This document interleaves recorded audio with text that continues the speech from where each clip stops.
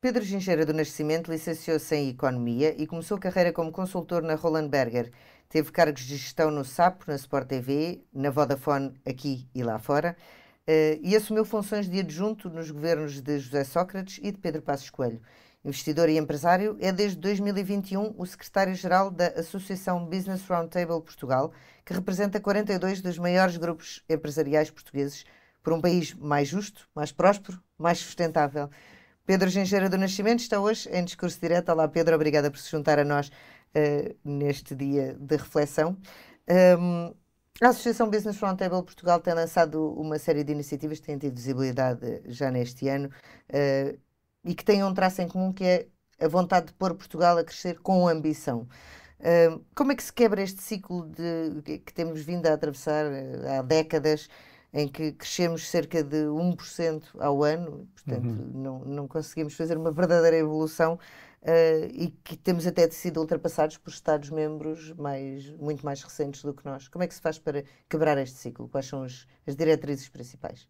Bom dia, Joana. Muito obrigado pelo convite para estar aqui neste dia de reflexão também, a deixar todos os portugueses, a ajudar todos os portugueses a refletirem. E esse é precisamente, eu acho que o mote para a criação da Associação Business Roundtable Portugal. Um conjunto de pessoas, mais do que uma associação de empresas, é uma associação de pessoas, dos seus presidentes, dos seus CEOs, portanto, de líderes do país, habituados aos negócios e muito inquietos com o estado de desenvolvimento do país e com a falta de dinamismo que o país tem. E, efetivamente, nós, olhando para trás, estes últimos 23 anos, crescemos cerca de 1%, mesmo 1% ao ano. ao ano, sim, correto, mesmo considerando o crescimento um pouco maior que houve nos últimos anos, porque senão tínhamos crescido menos Ainda ainda e menos. teria sido pior. E, portanto, acho que é essa inquietude que todos sentimos, a necessidade de fazer mais, e também depois a necessidade de acordar, parece que acordar as pessoas para. Nós não dependemos apenas do Estado e daquilo que o Estado faça ou deixe de fazer, não dependemos apenas dos políticos, da Assembleia da República. Nós dependemos, em larga medida, daquilo que nós próprios escolhemos fazer. E por isso, essa é uma das mensagens principais que nós queremos passar, que a Associação Business Roundtable Portugal quer passar, que são os privados que criam riqueza, são os privados que devem ter iniciativa e é esse despertar de ambição, esse despertar da ação, esse convite à ação que queremos aqui fazer e que depois é uma das vertentes também que a associação tem. Por um lado, o despertar, por outro lado, chamarmos a nós próprios algumas iniciativas que nos permitam contribuir para esse acelerar, para além daquilo que individualmente já fazemos com as empresas e com os grupos económicos em Portugal, mas também dar um contributo coletivo para acelerar as pessoas e as empresas, as outras empresas em Portugal. Mas nós aqui estamos a falar, a Associação Business Roundtable são os maiores grupos que nós sabemos que são uma porcentagem muito pequena daquilo que é o tecido empresarial português, que é maioritariamente Sim. constituído por micro e PMEs. Um, é, é possível chegar a essas empresas e apresentar-lhes caminhos que para elas também façam a diferença? Ou seja, as soluções que vocês apresentam são passíveis de implementar numa microempresa, num pequeno café de esquina, como numa pequena produção industrial, numa empresa, numa startup ou numa scale-up, é possível ou há aqui de alguma maneira um ponto de partida tão diferente Sim, entre as grandes empresas e as outras que sim. torna um bocadinho difícil Sim. essa viagem? Desde logo, existem duas realidades diferentes. Talvez a ideia do café de esquina ou do pequeno negócio individual, que muitas vezes até se apelidam de lifestyle businesses, não é? Não são propriamente negócios em que o empreendedor tenha uma grande visão de crescimento e que queira crescer e tornar-se enorme. É apenas um negócio, um autoemprego. Mas pode Uh, ter essa visão e não Pode saber ter. como lá chegar, não é? Pode ter essa visão e pode não saber como lá chegar. O nosso sistema fiscal e a nossa regulação depois não ajudam, porque incentivam precisamente a que continue pequeno e que não cresça, porque tem impostos mais facilitados, porque tem toda uma carga de de compliance, de regulação, que é muito mais simplificada no negócio unipessoal do que aquilo que é depois até numa limitada, menos ainda do que numa SA. Mas, portanto, desde logo fazer essa separação entre o que são as microempresas unipessoais sem vontade de crescer e que são mais autoemprego do que outra coisa, e depois aquelas que até podem, e muitas vão começar como microempresas precisamente, mas que nascem como microempresas com a perspectiva de se transformarem em negócios maiores e, portanto, que querem fazer essa escalada de valor. Para essas, sim, aquilo que nós temos temos procurado fazer é apoiá-las e encontrar quais são os obstáculos ao crescimento e identificamos 4 principais, ou 4 famílias principais de obstáculos: a profissionalização da gestão e do governance, a questão da globalização e, portanto, não podemos tratar apenas o mercado português como o nosso mercado local, temos que sair de Portugal, temos pelo menos a Europa como o nosso mercado local e depois tirar oportunidades da globalização. O acesso a capital, porque é fundamental, sem capital não há crescimento, sem investimento não há crescimento, e há capital próprio, mas existe capital alheio, e não são só os empréstimos comerciais da banca, existem muitas outras formas de capital alheio. Portanto, não existe um modelo único que seja entrar em bolsa, e isso já é para uma escala bastante maior, mas até lá chegar existem vários outros instrumentos. E depois a parte dos intangíveis, a marca, a investigação, desenvolvimento e inovação. E, portanto, estes 4 famílias são fundamentais, de facto, para depois para sustentar que o negócio possa passar de um negócio onde o empreendedor chega a todo lado e, portanto, controla tudo, para um negócio que se vai tornando crescentemente mais complexo, quer seja porque está em mais produtos, em mais mercados, quer seja porque tem muito mais gente e o empreendedor deixa de conseguir estar em todo lado e, portanto, começa a ter... deixa de ser desejável que esteja, não é? Claro, porque senão, se o negócio ficar limitado pela capacidade do empreendedor estar presente em tudo, então ele não vai chegar a um ponto em que deixa de crescer. E, portanto, essa é aliás, o pilar principal da profissionalização da gestão e do governance, que traz isso mesmo, mostra isso mesmo. É aquilo que os especialistas com quem falávamos no início, no arranque do trabalho da associação, nos diziam. É isto que leva a que muitas empresas não ultrapassem o vale da morte. Elas crescem de micro para pequenas, crescem de pequenas para médias, chegam às vezes até a grandes, porque ultrapassam os 50 milhões, chegam a 80, 100, 200 milhões de euros, mas depois o negócio torna-se de tal forma grande, de tal forma complexo, que tem que parar de crescer, porque com esse modelo... Não é? Claro, se for centrado numa pessoa... Se for centrado apenas numa pessoa. E depois, se acontece alguma coisa a essa pessoa, o negócio... Pensarmos, por exemplo, no caso da Apple, por exemplo, não é? Se não tivesse havido ali uma transferência de valor até intelectual, não seria o que é hoje, depois de morrer o fundador. Claro. Falou aqui no Vale da Morte, e esse é um dado que é muito português. Todos os anos nascem em Portugal muitas empresas, mas todos os anos também morrem em Portugal muitas empresas. Isto é um sinal de que os nossos empresários, gestores, estão a arriscar da maneira errada ou não estão preparados para abrir negócios e fazê-los, alimentá-los e levá-los no caminho, ou, de facto, há aqui uma série de dificuldades que se apresentam depois no caminho e que encurtam a vida às empresas. Isto ser empreendedor é muito difícil. Eu já fui, já tentei a minha sorte por 3 vezes e não consegui ter um sucesso suficientemente grande a montar um negócio, porque é preciso, de facto, arriscar, é preciso... Não há questões certas quando uma pessoa arranca. Há muitas dificuldades, muitas surpresas que vão acontecendo. Enfim, o Excel e os planos que fazemos são sempre fantásticos e perfeitos e aguentam tudo. Depois a realidade é sempre muito mais dura, é muito mais surpreendente. E, portanto, é muito natural, é muito normal, não é só cá em Portugal que nascem muitas empresas e morrem muitas empresas. Eu até diria que cá em Portugal morrem poucas empresas. Nós temos demasiadas empresas zombies no nosso tecido empresarial. Empresas que, não sendo rentáveis, nem tendo dinamismo para crescer, estão presas num ciclo vicioso em que não morrem, nem deixam de morrer. Não fazem nada, continuam vivas.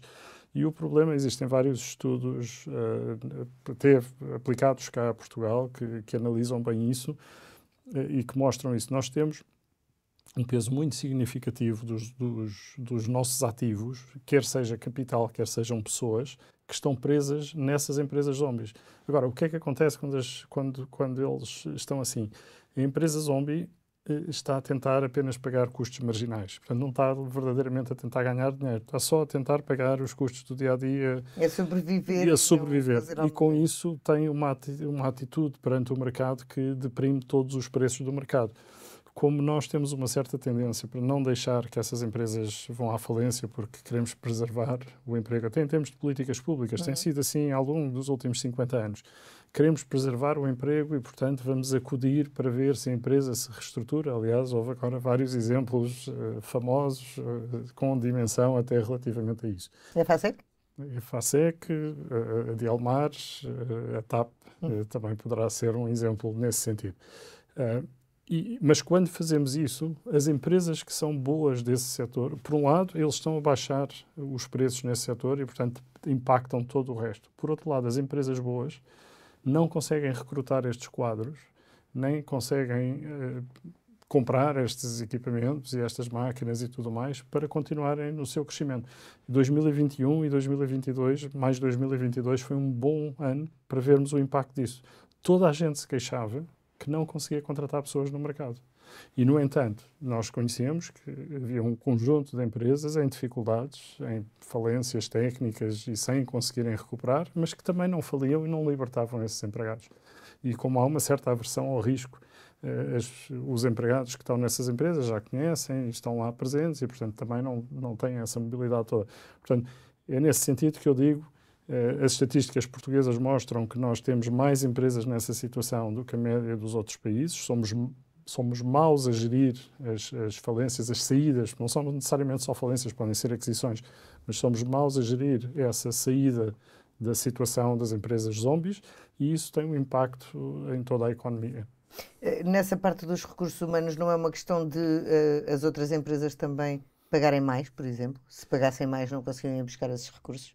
Também depende muito do nível de qualificação que as pessoas têm e, portanto, da confiança depois que têm quando há mudanças dessas, não é? Pessoas mais qualificadas tipicamente têm mais mobilidade e pessoas menos qualificadas têm mais tendência a ter menos mobilidade própria. Mas as empresas estão disponíveis para pagar melhores salários? Isso é o funcionamento do mercado, não é? Aliás, em 2022 viu-se isso. O governo, na altura, apressou-se a negociar um acordo de concertação que previa um determinado do Pacto Social, que previa um aumento, salvo erro, de 5,4% da massa salarial, e a massa salarial nesse ano cresceu 8,3%, salvo erro. No conjunto das empresas do BRP, no mesmo ano cresceu 18%, portanto cresceu 2 vezes mais. E cresceu 2 vezes mais porque são empresas mais produtivas, têm mais capacidade de atrair, de pagar melhores salários, produzem mais riqueza. Isto de ser mais produtivo é uma linguagem de economista horrível.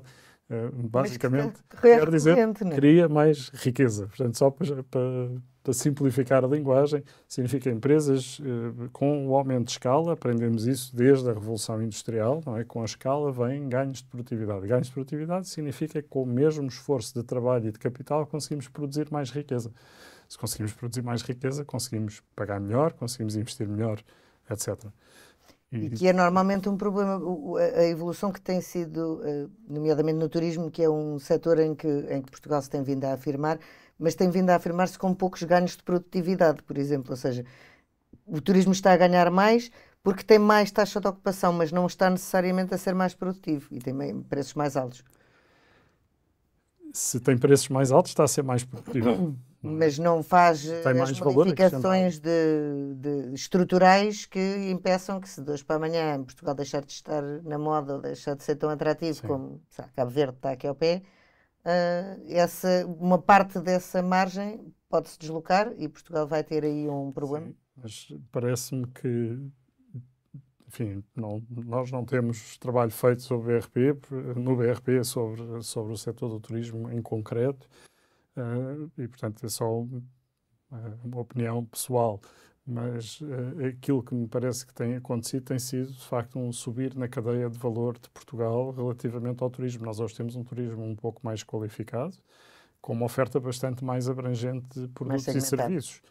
Já não vendemos só o alojamento e a restauração, já, de facto, existem muitos outros serviços. Já não vendemos só o sol e praia, puro e duro. Já temos muito turismo gastronómico, que é também um tipo de turismo cultural, quer seja ligado à vinha, quer seja e ao vinho, quer seja ligado a outras áreas culturais. E isso é uma diversificação e é uma sofisticação do turismo. Por isso não, enfim, esta minha experiência não é tão nesse sentido de continuarmos com um turismo muito Não tem uma massificado. visão tão negra Não da coisa. tenho assim uma visão tão negra, não. Que outros setores em que outros setores é que Portugal deveria estar a apostar? A linha dos ovos de ouro tem sido o turismo, mas, enfim, acaba por esgotar-se, não é? Joana, nós, é um ponto que temos já algumas vezes discutido e no BRP acreditamos que não se escolhem setores. Não se escolhem setores, tal como, aliás, se falarmos com os grandes fundos de investimento, private equity, grandes fundos ou mais pequenos, todos os investidores em geral costumam dizer que ideias existem muitas, dinheiro também se arranja, o que é mesmo importante são as pessoas, são as equipas de gestão. E aqui é a mesma coisa. Portanto, porquê que nós tivemos um crescimento do turismo em Portugal? Nós tivemos um crescimento do turismo em Portugal. Enfim, primeiro temos algumas condições naturais que nos ajudam nesse sentido. Mas nós tivemos um crescimento do turismo em Portugal porque desde 2009, 2010 começou-se a liberalizar toda a parte da regulação económica sobre o setor do turismo. Portanto, nós começámos com os programas do governo Sócrates, com o Simplex, começámos a fazer licenciamento zero num conjunto de áreas relacionadas com o turismo. Depois, com o governo Passos Coelho, isso foi também continuado e, portanto, de repente houve um boom do turismo internacional e a economia portuguesa estava solta das amarras de toda a burocracia e pôde responder. E, portanto, nós tivemos um crescimento muito grande da procura, da oferta, porque tínhamos uma pressão de procura existente e isso viu-se com a abertura de novos hotéis, com os alojamentos locais, com todas as atividades de animação turística, desde os tuk-tuks, que muitos não gostam, mas até imensas excursões organizadas, desde as mais especializadas às menos especializadas, e muitas atividades marítimo-turísticas. Até criação de museus, como o Museu do Terremoto. Vários museus e outras atividades. Nós temos hoje uma zona de património protegido na costa algarvia, submersa, que não existia e que existe também porque existe uma procura de turismo que cria esse tipo de necessidade, desse tipo de produtos mais qualificados. Lá está. Mas, portanto, porquê é que nós notamos mais que o turismo cresceu muito? Porque nós libertámos uma parte da economia, mas continuamos com o resto preso. E o que era preciso para libertar o resto? Era desburocratizar? Era ter menos impostos? Para nós esse é o exemplo, é o caso de estudo, se quiser, daquilo que faz nós passarmos de uma regulação em que é preciso autorização quase para poder pedir uma autorização. Portanto, eu tenho que provar que tenho condições de pedir condições de pedir uma autorização para poder ir fazer qualquer coisa, que é o que nós temos na generalidade das atividades económicas. Enquanto nesta área do turismo nós de facto liberalizámos bastante mais. E por isso este setor cresceu muito mais rápido do que o resto da economia. Claro que houve procura externa, mas se nós não tivéssemos tido capacidade de responder, antes do Simplex na hotelaria, levava 10 anos a ter uma obtenção de um licenciamento de um hotel. Portanto, nós estaríamos hoje a autorizar o licenciamento para depois ser construído de um hotel pedido em 2014. Por isso, em 2014 vinham os pedidos dos tours, dos operadores turísticos para virem para Portugal e nós em 2024 teríamos o hotel a começar a ser construído. Não teríamos conseguido responder. Como que tivemos essa felicidade de ter tido esse setor liberto, um setor bastante mais amplo, que incluía restauração, bares, toda a parte de animação turística. Tivemos a capacidade de responder. Agora, cultura também, concertos, festivais, e da cultura. etc. Agora, e este é o ponto, que é, que mal é que veio ao país por causa disto? Houve mais infrações? Não existem muitos casos públicos conhecidos de infrações que tenham sido cometidas. Houve prejuízo para a segurança e para a saúde pública? Também não. Então, o que é que houve? Houve mais receitas turísticas, houve mais coleta de impostos, houve mais empregos qualificados. Parece que foi tudo bom. Então, se foi tudo bom, porque é que não podemos fazer o resto, o mesmo, com os outros setores de atividade? E isso, é isso que nós precisamos. Temos que apostar precisamente, e é isso que dizemos no manifesto. O que é que tem impedido? Por isso, o que é que tem impedido? Nós continuamos com um sistema regulatório que é um sistema continental, portanto, muito ex-ante. Eu pedir autorização para poder pedir autorização. Eu tenho que apresentar um papel que diz que eu tenho a legitimidade para pedir autorização, para poder ir fazer qualquer coisa. Tenho que pedir licença para ter uma atividade económica, para criar riqueza, quando devia ser ao contrário. E depois há um aspecto e por isso nós começamos, aliás, no nosso manifesto por dizer que o primeiro ponto principal, e que é um ponto que, enfim, que gostávamos muito que tivesse sido discutido mais nesta fase de campanha, e gostamos muito, queremos muito que o próximo governo, seja ele quem seja, que resulte do ato eleitoral amanhã, que possa levar isto muito a sério. O primeiro ponto é mesmo este: criar riqueza é um bem público, porque é da criação de riqueza que vem mais impostos, vem mais empregos mais qualificados e que vêm melhores salários. E por isso vem a evolução e vêm as prestações sociais, a capacidade de redistribuir, etc. E por isso, porque este é um ponto que parece menor, mas não é. Nós, para além de termos uma regulação que é muito castradora e porque trava no início, isto está tão embebido na nossa cultura que não está só no legislador, está depois no funcionário público que executa. E, portanto, o funcionário público acha que tem o dever de travar a atividade económica, quando, na realidade, deveria estar a ponderar que, perante todos os outros interesses públicos, a segurança pública, a defesa do ambiente, a defesa da saúde pública, etc., também tem este, que também é do interesse público, que é a criação de riqueza. Porque sem esta criação de riqueza nós não conseguimos sustentar nada. Não se consegue garantir o resto. Portanto, esse é o ponto principal, inicial, que tem que ir temos que fazer uma transformação da cultura do país, da cultura do legislador até ao executor, que criar riqueza é bom, é importante. Precisamente porque a percepção que existe hoje em dia é que criar riqueza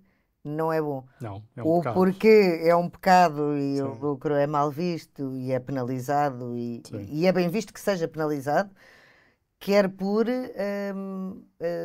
uma certa percepção de que quem consegue criar riqueza está a fazer alguma coisa esquisita pelo caminho. Sim.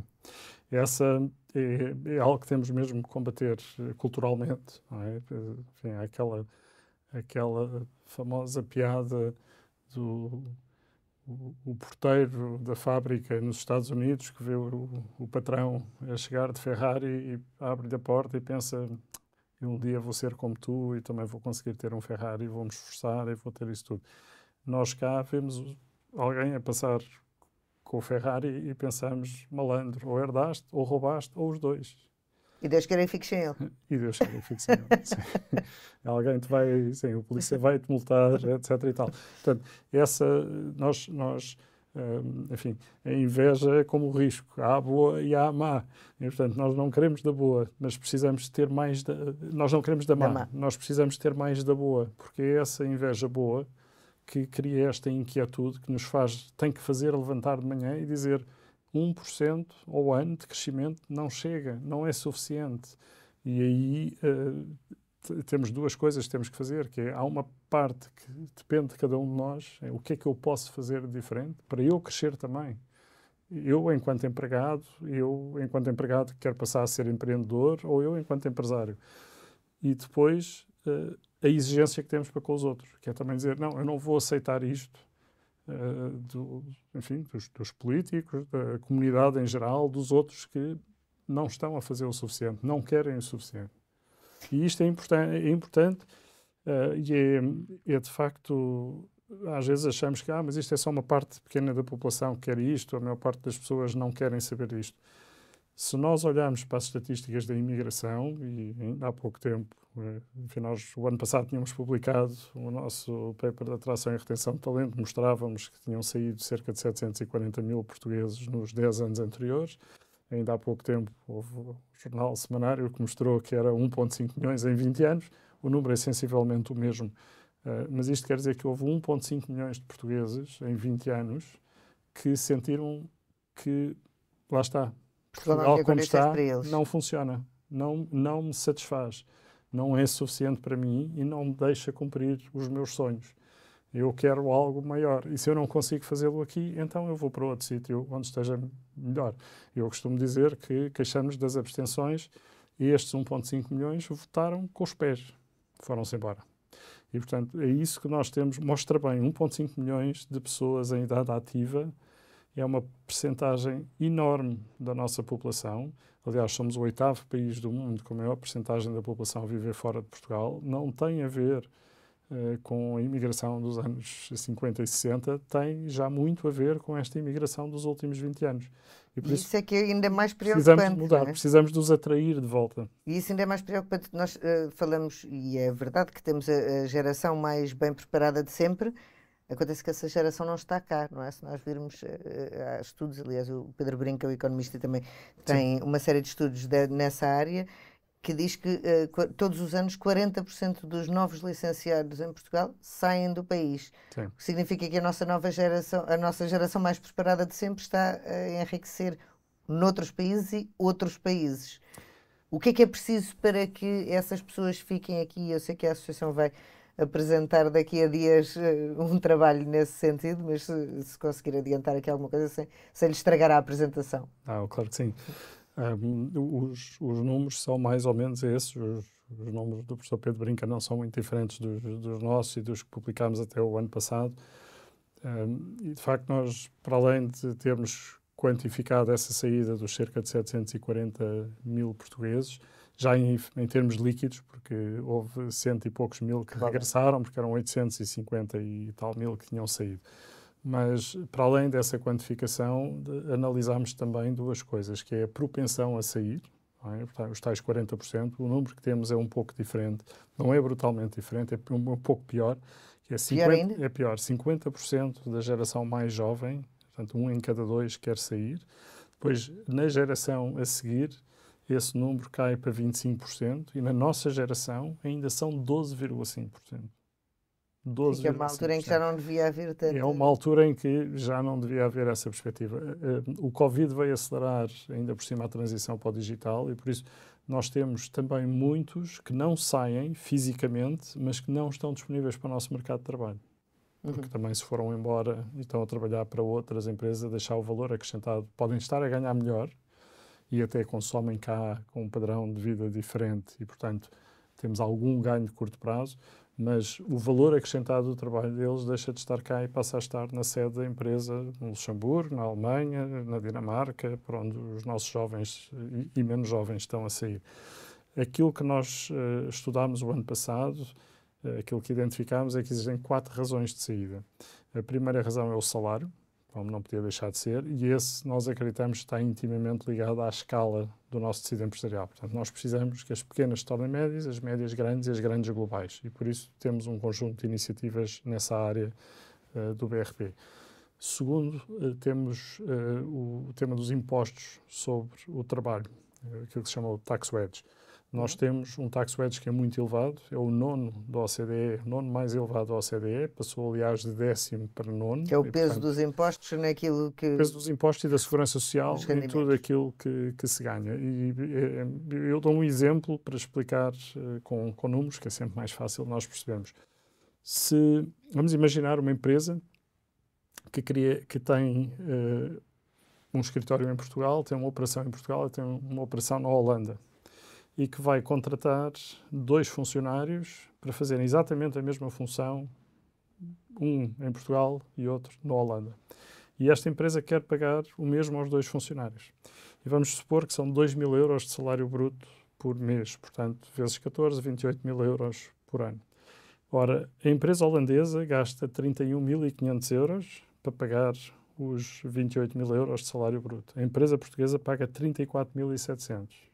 Paga mais 3.700 euros do que a empresa holandesa.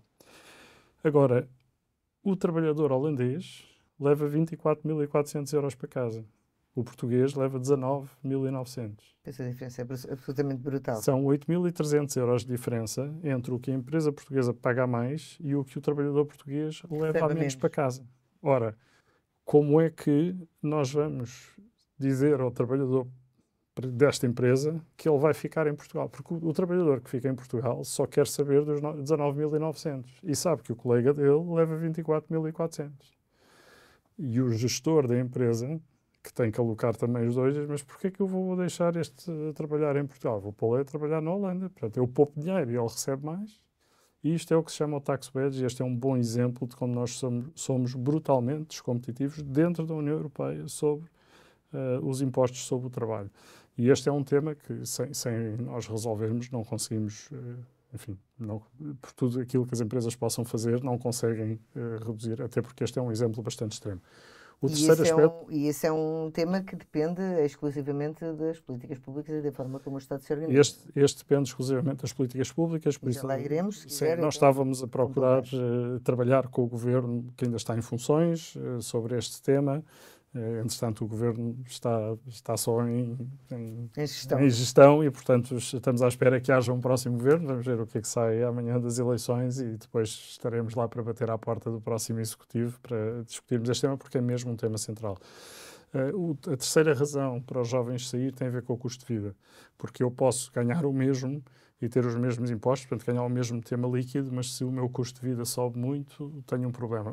A crise da habitação é um excelente exemplo disso. Não é? O aumento que os custos da habitação tiveram tornaram incomportável que as pessoas possam viver em determinadas zonas do país, se não tiverem já tido acesso a... Pois esse é um aspecto que quem já teve acesso à habitação antes não está tão exposto, mas quem está a entrar no mercado está muito exposto. E, portanto, os jovens acabam por ser sempre quem leva por tabela. E o quarto tema tem a ver com a experiência de trabalho.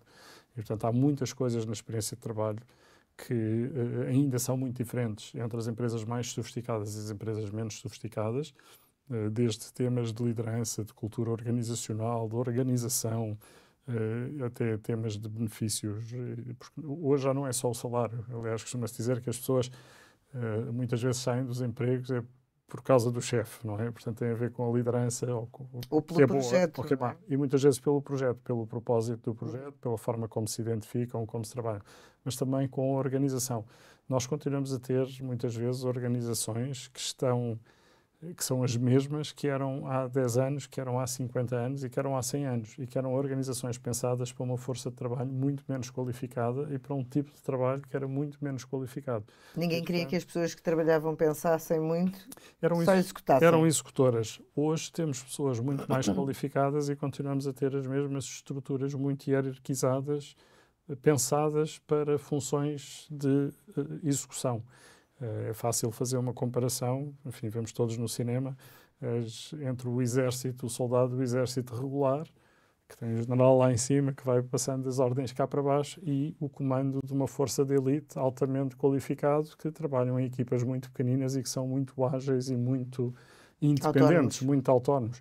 E, portanto, se nós aplicarmos isso aos trabalhadores, vemos... Agora, isto não é um tema específico, não é um problema específico a Portugal, existem todas as áreas, porque tem havido uma evolução muito grande da força de trabalho e não é muito fácil. Dia 18 vamos apresentar, de facto, este tema, portanto, vamos complementar o estudo que apresentámos o ano passado, que se enfocava mais no que é o problema e de quais são estas 4 pilares de solução, e este ano vamos enfocar-nos em apresentar esta parte, que é a parte que depende das empresas. E, portanto, vamos partilhar alguns exemplos daquilo que as empresas da Associação estão a fazer para partilhar com outras, esperando que precisamente outras pequenas e médias empresas se possam inspirar com isso e possam também melhorar a sua forma de gerir, desenvolver o talento que têm dentro de casa e atrair outro talento. Conseguir retê-lo e atrair de volta aquele que saiu, não é? Isso.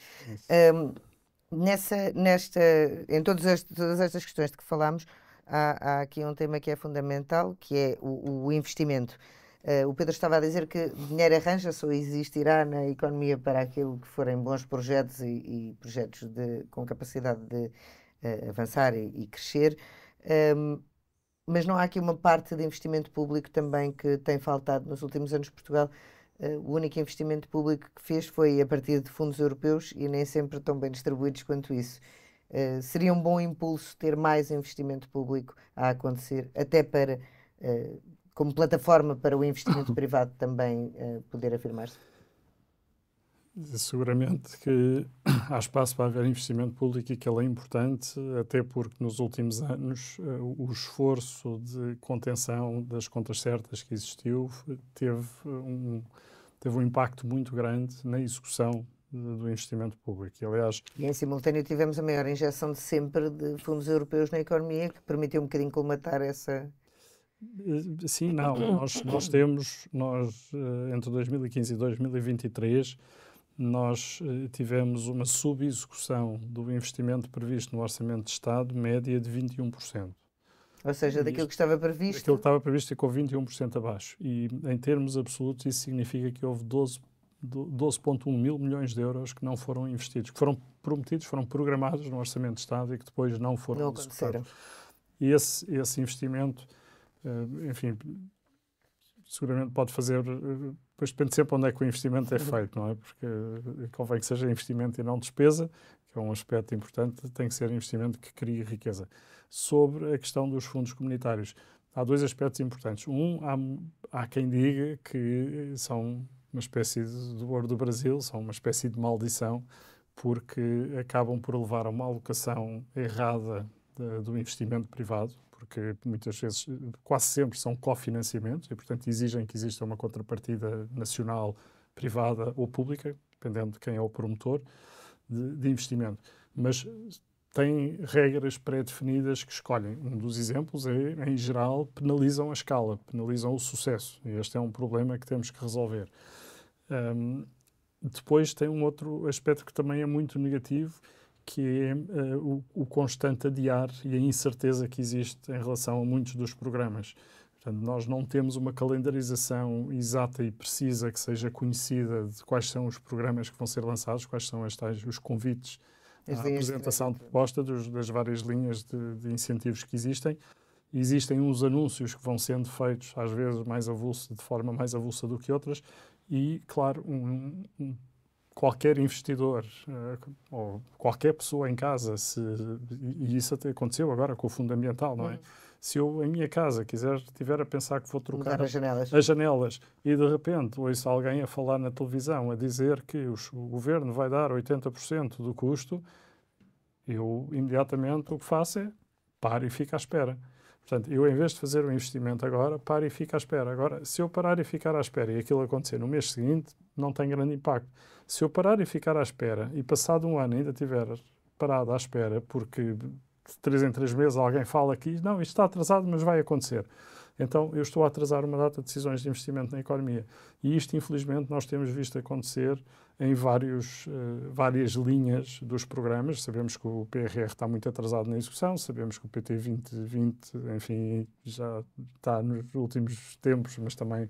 Já com o Plus. Já com o Plus, sabemos que o PT 2030 já está atrasado e está atrasado por causa disto. Portanto, estes são aspectos negativos. Fazia mais sentido haver uma linha sempre em funcionamento? Era importante que houvesse, de facto, previsibilidade para que todos os atores, os privados e os públicos, pudessem saber antecipadamente.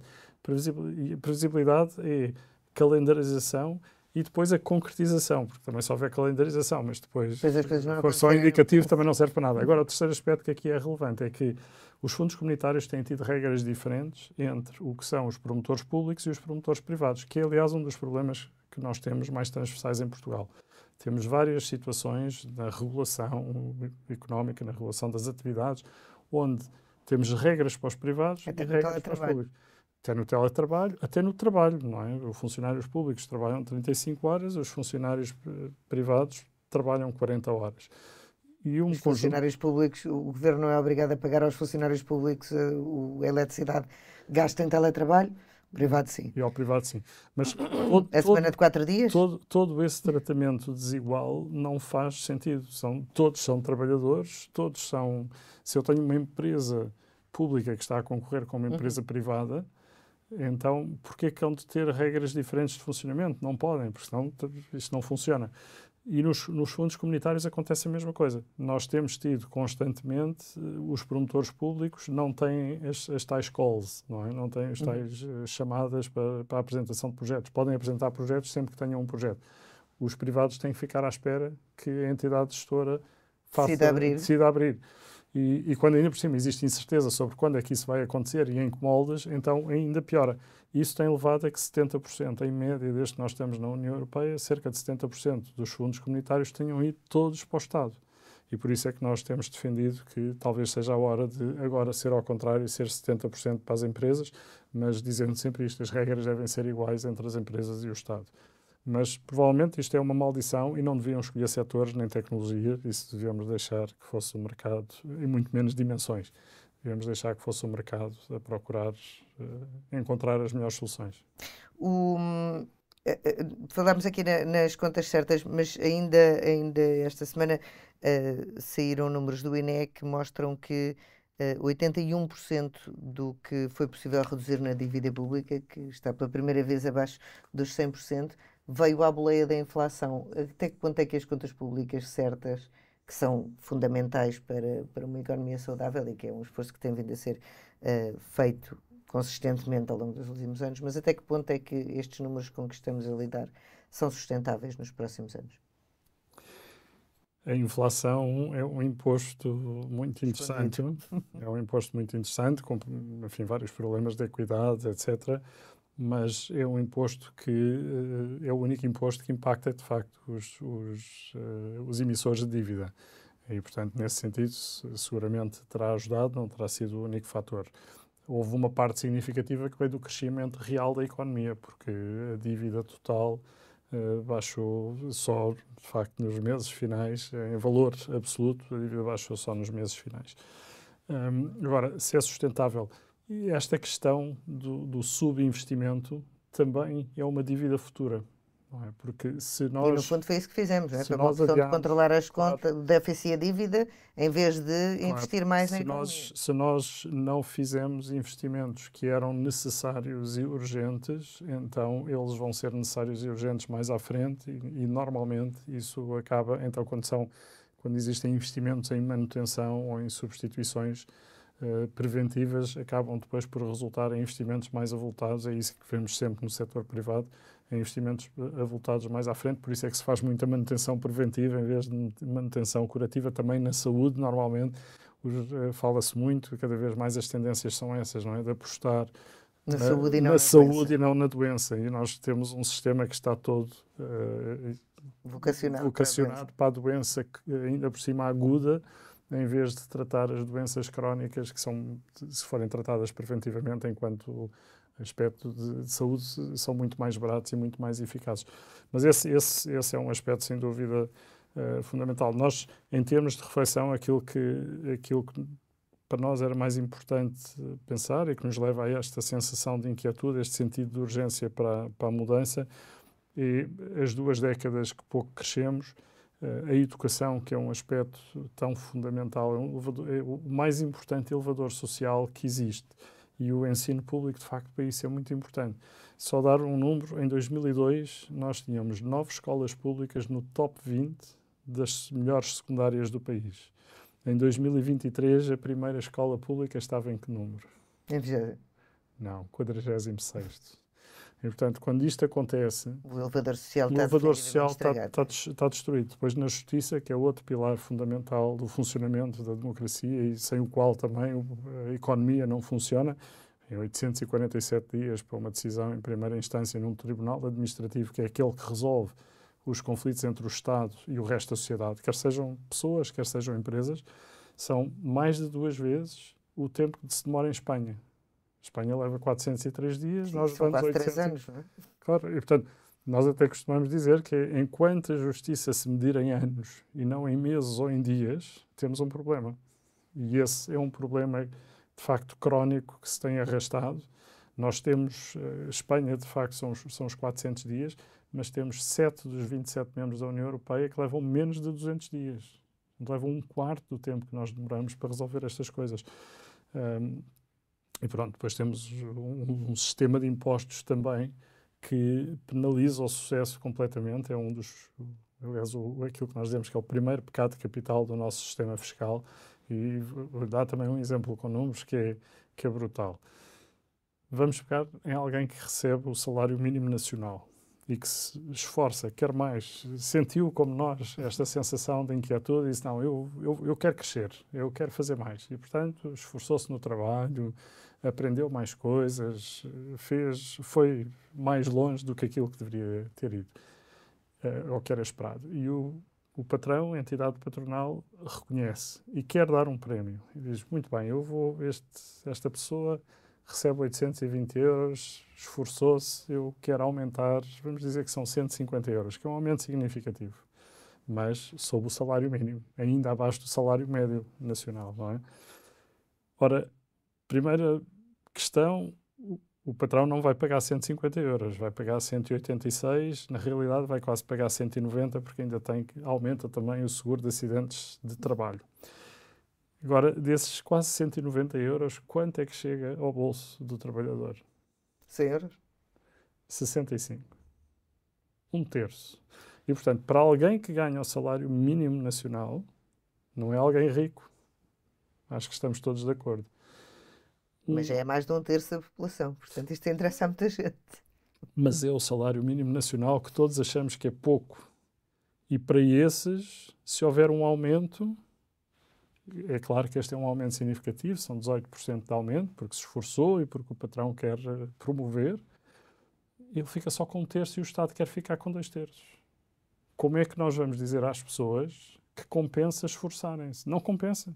Mas as pessoas têm a noção desses números, apesar de todos estes esforços que têm vindo a ser feitos para... As pessoas depois ficam frustradas e como não veem o número todo, normalmente ficam frustrados com o patrão que lá está, que paga mal. E por isso é que depois temos 1,5 milhões de portugueses que saem. Qual é que... lá está, temos eleições amanhã, daqui a uns meses teremos europeias e em outubro teremos um novo orçamento do Estado, assumindo que este durará até lá. Quais são as 3 medidas que considera imprescindível estarem nesse orçamento do Estado para 2025, para resolver todos estes problemas que temos vindo aqui a falar? Então, como se costuma dizer, há vida para além do orçamento. Nem tudo se resume ao orçamento. A primeira medida era não estar tudo, a resolução não estar no orçamento. E não está tudo no orçamento, mas o primeiro aspecto, e eu não me importo que esteja no orçamento, mas o primeiro aspecto, se calhar, de facto, é esse, que é reconhecer que é importante e que é um objetivo, é um imperativo nacional e é um bem público a criação de riqueza. Nós queremos mais criação de riqueza. O Estado quer mais criação de riqueza. O Governo quer mais criação de riqueza. E todos os funcionários públicos saberem que parte do seu trabalho é ajudarem a que haja mais criação de riqueza no país. Esse é o primeiro aspecto. Segundo aspecto, é muito importante nós devolvermos à sociedade esta vontade de querer continuar a crescer. E, portanto, nós temos que resolver, de facto, esta voracidade. Nós temos, em nome da progressividade do IRS, temos este problema que eu apresentei aqui relativamente ao salário mínimo nacional. Mas isto é um desincentivo enorme que eu tenho certeza que quem fez não foi uma pessoa que fez isto. Não é? Isto é o resultado de 50 anos de pequenas alterações aqui, mais uma alteração acolá. Está na altura, até por finalmente termos algum equilíbrio das contas, está na altura de olharmos de forma estruturada para isto e dizer o que é que nós queremos com o nosso sistema. Queremos um sistema progressivo? Ok. Mas queremos um sistema que desencoraje o esforço e o sucesso das pessoas? Não. Então o que é que nós temos que fazer? Penalizar quem recebe menos mais do que recebe mais. Não, porque como o sistema é progressivo, ainda é pior nos escalões superiores. Mas isto de facto faz que nem quem ganha o salário mínimo tem incentivo para melhorar. E, portanto, aquilo que nós temos que fazer é redesenhar todo o sistema para que ele possa ser progressivo sem penalizar o sucesso para a maioria da população, pelo menos. Eventualmente podemos dizer que, pronto, lá em cima é o que é, mas paciência. E relativamente ao tax badge, nós temos também que endereçar esta questão. Nós não podemos ter este nível de descompetitividade fiscal sobre o trabalho face a outros países. Enfim, há alguns setores da economia que acham que há uma dicotomia, não é? Uma separação entre o que é o capital e o trabalho. Não há, são duas faces da mesma moeda. Não é? Não há bom trabalho sem capital. E capital sem trabalho também, enfim, serve pouco, é só um investimento financeiro. Nós precisamos de ter os dois, precisamos de crescer o capital, e precisamos de valorizar esse trabalho. E a forma de nós termos trabalho mais produtivo é termos mais capital por trabalhador, e isso leva à necessidade de termos mais escala nas empresas e, portanto, também não podemos ter um sistema de IRC que é um sistema de IRC progressivo, porque a progressividade nos rendimentos sobre o trabalho é uma coisa. Agora, progressividade nos rendimentos das empresas, do capital... Nos lucros. Isso dos lucros, isso é mesmo dizer que nós só queremos ter microempresas. Sim, porque se penalizamos quem tem mais lucros, acabamos por desincentivar. Nós começamos por ter uma taxa de IRC neste momento. O último Orçamento de Estado, aliás, agravou isso porque baixou a taxa mínima para as microempresas e baixou-a para 12,5%. Portanto, a nossa taxa de IRC, enfim, mas para as startups não fará muito sentido porque as startups normalmente não têm lucro, mas é 12,5%. Mas depois passa para 21, depois passa para 24, depois entram as derramas e vai galopando até ser a taxa mais elevada de toda a OCDE. Depois a AT diz-nos que a taxa efetiva, na realidade, não tem nada a ver com isso e que a taxa efetiva são apenas 18,6%. Mas se são 18,6%, então para que é que nós estamos a afastar todo o investimento, todos os investidores estrangeiros que olham para esta taxa e dizem, não vou para Portugal, então tem a pior taxa da OCDE, o que é que eu vou fazer para lá? Mas há aqui um sistema super complexo com benefícios e com isto e com aquilo, se vocês fizerem isso só têm 18,6%. Mas então não é mais fácil dizermos que é 18,6%? Era mais fácil simplificar, criar uma coisa linear claro. Até porque, aliado a esta complexidade, isto só cria custos em toda a gente. Não é? Cria custos nas empresas que têm que cumprir todas as regras. Mas ter departamentos financeiros que consigam fazer essa engenharia? Claro, mas que estão alocados a não produzir. Eles não estão a criar riqueza. Eles estão só ali a tentar reduzir os custos, não é? Portanto, é uma área negativa em vez de ser uma área positiva. E depois temos custos do lado do Estado, que tem uma máquina na autoridade tributária, também bastante pesada, para andar atrás dos prevaricadores, ou dos eventuais prevaricadores. E depois, como isto não é sequer simples, é de facto muito complexo, que é o nosso terceiro pecado capital, o que é que acontece? Temos os 11 a 17 mil milhões de euros pendentes nos tribunais fiscais, os tais que levam muito tempo, mas que temos num país com falta de capital. Estamos sempre a dizer que o Estado não tem dinheiro e que as empresas não têm dinheiro, mas depois onde é que o dinheiro está? No tribunal. Está preso nos tribunais. Se nós não endereçarmos estas questões, e mesmo para terminar, corremos o risco de, como dizia Pedro Soares dos Santos aqui ainda há uns dias, em vez de sermos a Califórnia da Europa, como poderíamos, tornarmos-nos na Cuba da Europa? Nós acreditamos na Associação Business Roundtable que Portugal pode e deve ser muito melhor do que é. E acreditamos que isso começa em cada um de nós. Começa com exigirmos uma maior ambição para o país. Nós acreditamos que tem que crescer pelo menos a 3,9% ao ano. Portanto, muito longe dos 1% que cresceu em média. Muito longe, mesmo assim, daquilo que foram os crescimentos dos últimos anos, que foram um pouco melhores. Também ajudados por uma data de outros fatores.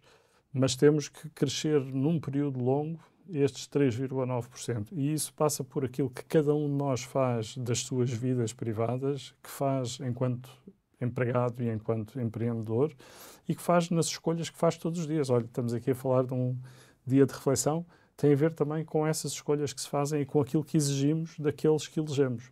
E, portanto, isso sim, um apelo a que todos vão votar, independentemente das escolhas, porque não podemos deixar... o que não queremos, sobretudo, é que as pessoas não vão votar e depois se vão embora porque votam com os pés.